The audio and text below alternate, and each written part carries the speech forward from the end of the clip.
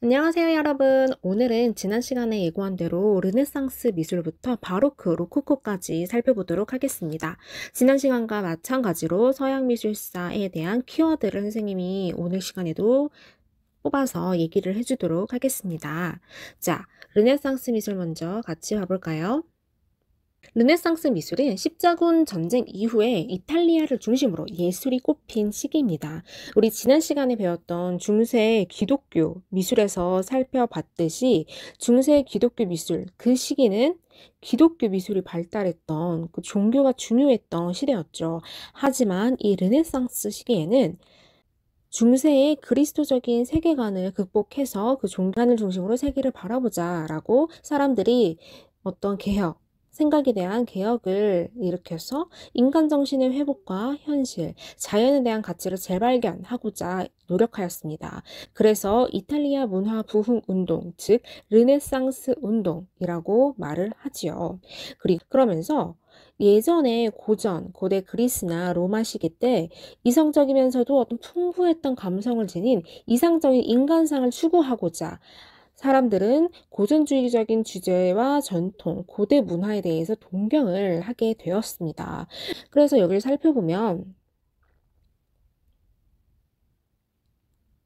고전 취향의 부활, 방금 말했듯이 고전주의적 주제, 고대 문화를 동경을 하게 되고 인본주의 미술, 인간 중심 사상으로 미술을 하게 되며 또한 선원근법과 해부학을 사용하였다라고 나옵니다.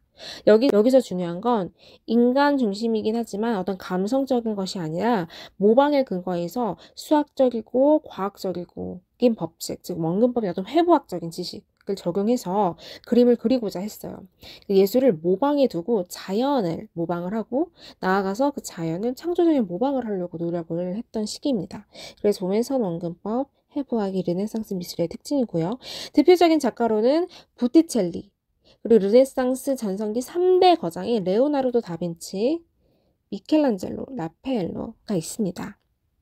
자, 르네상스 절정기였던 16세기에 유명했던 작가 3대 거장 중에 하나인 레오나르도 다빈치의 그림이 보이네요. 레오나르도 다빈치는 화가이자 발명가이자 자연탐구가였어요. 그래서 자연탐구가였던 이 사람은 치밀한 관찰과 또 해부학을 바탕으로 이상적인 인체상을 그렸습니다. 지금 이 모나리자 유명한 이 그림은 우리가 공기 대기 원근법 수업 때 보았죠. 여기 어떤 기법이 쓰였다고 했죠? 우리 이 기법 배웠었죠? 그죠? 스푸마토 기법.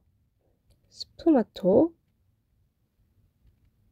기법을 여기서 썼습니다. 스푸마토 기법은 자, 보면 윤곽선을 흐려서 여기에 배경, 윤곽선을 흐려서 이런 인물관의 여기도 윤곽선을 흐려서 공간감을 강조하는, 그래서 흐리니까 이 앞에 있는 사람과 배경에 공간이 느껴지죠. 요거를 스푸마토 기법이라고 합니다. 기법적인 내용을 보면 꼭 암기만 해야 될 것 같아서 어려운데 이 모나리자 같은 경우에는 누구를 그렸냐?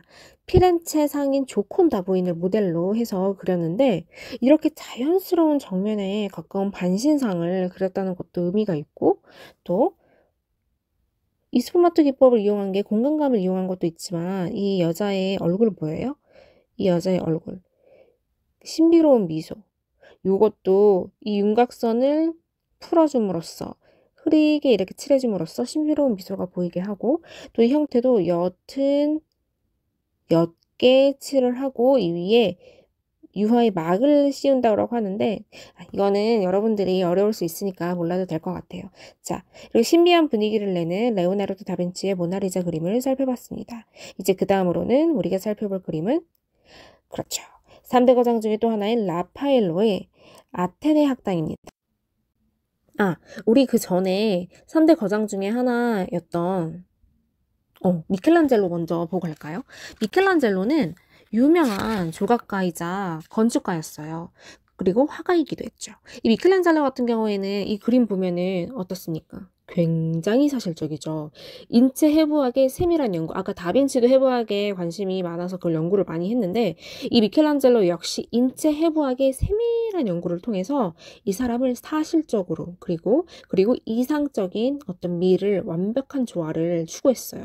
그래서 조각 작품 이걸 지금 대리석으로 깎아서 만든 건데 이 대리석 원래는 돌이잖아요. 이 돌을 재료로 해서 깎아내서 만든 이 인체 를 단순히 돌이 아니라 인체를 깎아냄으로써 어떤 돌에 갇혀있는 이 내용, 돌을 예술품으로 만들었다. 돌에 갇혀있는 내용을 해방시켰다라는 것을 표현하면서 창조자로서의 역할을 되게 강조하는 게 미켈란젤로 작품의 특징입니다.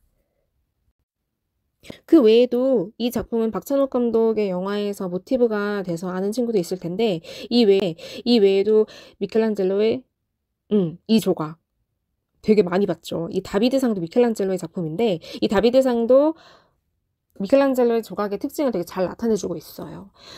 보면 어때요? 굉장히 이상적으로 비례, 엄격한 비례, 그리고 균형적인 몸, 그리고 강인해 보이고 이런 이상적인 어떤 되게 잘생긴 청년상의 모습을 다비드가 조각을 하였고 이 사람은 실제로 영웅이었고 이런 영웅인 다비드를 영웅적이고 초인적인 아름다운 모습으로 표현했다는 것이 미켈란젤로의 조각의 특징입니다. 자, 이제 앞서서 설명하려고 했던 라파엘로 작품으로 다시 돌아가 볼게요. 선생님이 왜 라파엘로를 지금 세 번째로 설명해 주려고 했었냐면 앞서서 봤던 레오나르도 다빈치와 두 번째로 봤던 미켈란젤로의 특징을 종합한 화가예요. 회화적이면서도 조각적인 예술을 창조한 것이 특징입니다. 회화적이고 조각적인 예술을 창조했다. 여기서 이 회화적이라는 거는 바로 이 레오나르도 다빈치의 부드럽고 부드러운 느낌, 이 스푸마토 기본 윤곽선을 흐리고 이 부드러운 느낌, 그런 회화적인 느낌을 얘기를 하고 조각적인 느낌이라는 것은 아까 봤던 미켈란젤로의 뚜렷한 윤곽선과 엄격한 화면 그리고 정확한 양감 이런 느낌이 미켈란젤로. 그래서 라파엘로는 레오나르도 다빈치의 회화적인 느낌과 그리고 미켈란젤로의 조각적인 느낌을 종합한 회화적이고 조각적인 예술을 창조했다는 게 특징입니다. 이 작품 라파엘로의 아테네 학당을 살펴보면 자 여기를 보면 지금 여기에 보이는 게 플라톤, 여기에 보이는 게 아리스토텔레스예요. 그래서 이 그림의 배경을 보자면 율리우스 2세의 지시에 따라서 이제 바티칸 궁의 장식을 위해서 라파엘로가 이 그림을 그렸습니다. 그래서 여기를 보면 이 그림에 아까 선생님이 말했듯이 플라톤과 아리스토텔레스가 나오는데 이성과 과학적인 사고를 추구하는 16세기 전성기 르네상스 정신을 완벽하게 표현한 대표적인 작품이에요. 이 플라톤과 아리스토텔레스를 중심으로 이제 그리스 철학자들을 군상을 그림을 그렸는데 그래서 그리스를 동경하는 어떤 모습을 보여주고 있습니다. 역사화의 일종으로 볼 수 있겠죠. 그리고 대칭적인 구조, 플라톤과 아리스토텔레스를 기점으로 이 그림도 똑같이 대칭이라는 거는 접었을 때 나비같이 양쪽 면이 같아 보이는 거. 그리고 사람도 플라톤과 아리스토텔레스를 기점으로 비슷하게 배치가 되어 있고 그리고 여기의 특징은 작가가 있어. 보면은 누가 작가냐면 요 사람이 라파엘로예요. 자기 자신을 이 그림에 그렸어요. 이것도 이 그림의 특징이에요. 이걸 이폐자화상이라고 하는데 이폐자화상이라는 단어는 몰라도 괜찮습니다. 자, 이제 바로크로 넘어가 볼 거예요. 바로크 미술은 무엇일까요? 미술 사조를 보면은 역사도 마찬가지지만 앞에 있는 사조에 뭔가 문제점, 그게 싫어서 새로운 게 나오는 거. 우리도 그렇잖아요. 뭔가 싫은 게 있으면은 다른 걸 해보고 싶고. 그래서 이 미술, 바로크 미술은 인간 중심이었던 사상에서 싫은 거지. 그래서 다시 우리 종교로 돌아가자.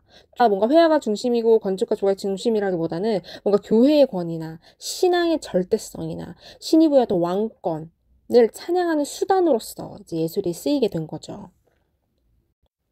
그래서 한번 보면 짠! 이런 특징이 있는데 과장된 감정 표현, 역동적이고 현란한 장식의 특징이라고 하는데 이거는 앞에서 봤던 해부화, 과학적, 이성적 어떤 그림, 르네상스 미술과는 대조를 이루는 것으로 과장된 감정 표현, 역동적이고 현란한 장식이 특징이 됩니다. 여기에 이제 유명한 작가로는 카라바초가 있고 또 조각가로는 베르니가 있습니다. 이 르네상스는 이탈리아가 중심이었죠. 근데 바로크 미술의 중심지는 핀란드와 네덜란드인데 지역만 봐서는 모르겠지만 작가 이름을 아마 보면 그 작품을 보면 아 이분들이구나. 아 이 사람들이 바로크 미술 작가였구나를 알 수 있을 거예요. 자 그럼 넘어가 보겠습니다. 자 아까 앞에서 말했던 베르니니 바로크 미술의 대표 조각가 베르니니의 작품 다윗입니다. 베르니니는 건축가이자 조각가이고 신비적이고 환상적인 체험을 유도하는 종교 조각을 제작을 했습니다. 극적인 장면의 순간 포착과 과장된 대상의 표정 그리고 옷주름 등을 통해 회화적이면서 건축적이고 연극적인 공간을 활용을 했습니다. 자, 선생님이 말한 이 내용 다시 풀어서 설명을 해줄게요. 첫 번째, 이 작품은 골리앗과 싸우는 장면을 싸우고 있어 지금. 싸우는 다윗의 장면을 극적으로 포착한 듯한 표현으로 이 동작 그리고 이 조각과 지금 이 주변 공간 우리 조형 요소와 조형 원리 할 때 허공간에 대해서 선생님이 설명했는데 기억나요? 눈에는 보이지 않지만 이 열린 이 공간들 이 작품 외에 지금 이 공간들 이 공간이 다 허공간인데 결국에는 이 작품과 이 허공간이 만나서 다 작품이 될 수 있다라는 거죠.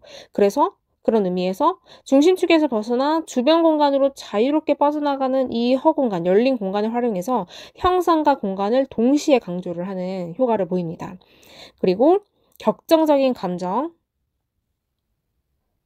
그리고 무슨 일이 일어날지 모르는 지금 싸우는 어떤 장면인지 되게 긴장감을 나타내고 이 부분이 연극할 때 배우들이 되게 과장해서 감정 표현을 하거나 동세를 짓잖아요. 이런 표현에서 연극선을 가미한 힘의 과장된 묘사 지금 몸을 쫙 튼 이 모습 허리를 쫙 틀고 뭔가를 잡고 있고 뭔가를 던지려고 하나 이런 모습들이 연극선을 가미한 힘의 과장된 묘사로 볼 수 있습니다. 자 다음으로 볼 작가는 루벤스입니다. 루벤스는 지금 이 작품 십자가에 내리는 그리스도 이 그림 본 친구들이 있을 겁니다. 이 루벤스는 바로크를 대표하는 가장 바로크적인 화가예요. 교회 천장에 있는 그림이나 교회 재단에 있는 재단화 그리고 동적이고 어떤 풍만한 인물 누드상을 제작을 했어요. 지금 이 그림 외에도 선생님이 보여주는 요 그림들에서도 풍만한 인물 누드상을 볼 수 있죠.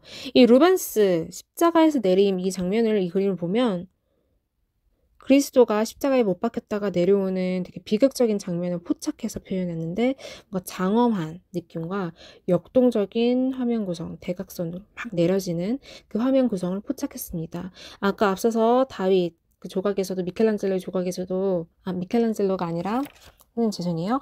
베르니니 조각에서 설명했듯이 연극적인 연출성을 강조를 하고 있습니다. 그리고 이 루벤스 작가는 채색을 강조했는데 이 그림만 보면은 채색을 어떻게 강조했는지를 모를 수 있어요. 그래서 바로크의 또 다른 푸생이라는 작가가 있는데 이 푸생의 그림 지금 선생님 보여줄게요. 이 푸생의 그림하고 비교해서 보면 어떻게 강조를 했는지 채색을 루벤스가 강조를 했는지 살펴볼 수 있어요. 푸생의 이 그림을 보면 푸생 같은 경우에는 똑같은 바로크 시대의 작가인데 이 작가는 채색보다는 좀 이성적인 윤곽선, 견고한 윤곽선, 그 철저한 소묘를 바탕으로 이상주의적인 풍경과 고대의 신화 역사적 사건을 소재로 그리긴 했지만 그런 신화의 내용을 단정하고 안정적인 구도 근데 앞서서 봤던 루벤스는 역동적인 구도죠. 지금 이 루벤스는 그림이 근데 이 푸생은 되게 안정적인 지금 보면 이 안정적인 구도 단정한 구도 그리고 차가운 색조 색조를 강조하진 않았어요. 그래서 보면 이 루벤스 같은 작품을 보면 어때요? 근데 이건 채색이 굉장히 색깔이 강조됐죠. 막 붉은색, 원색 대비되는 보색 대비 같은 색도 있고 이걸 보면은 색조를 강조했다라고 볼 수 있겠습니다. 자, 이제 바로크 미술의 유명한 성 베드로, 바티칸 광장이죠. 성 베드로 대성당 광장입니다. 과연 이 건축물은 어떤 바로크 미술의 특징이 있을까요? 이건 여러분들이 찾아서 선생님한테 과제 제출로 해주면 출석 인정으로 하겠습니다. 자, 이제 로코코로 넘어갈 거예요. 로코코의 특징을 먼저 열어보고, 로코코는 아까 바로크 선생님 뭐라 그랬죠? 앞서서 있는 것과 반대되는 성격을 갖는다라고 했죠. 바로크 미술과는 반대대로 로코코 미술은 귀족 취향의 향락 문화가 발달했다라는 게 특징입니다.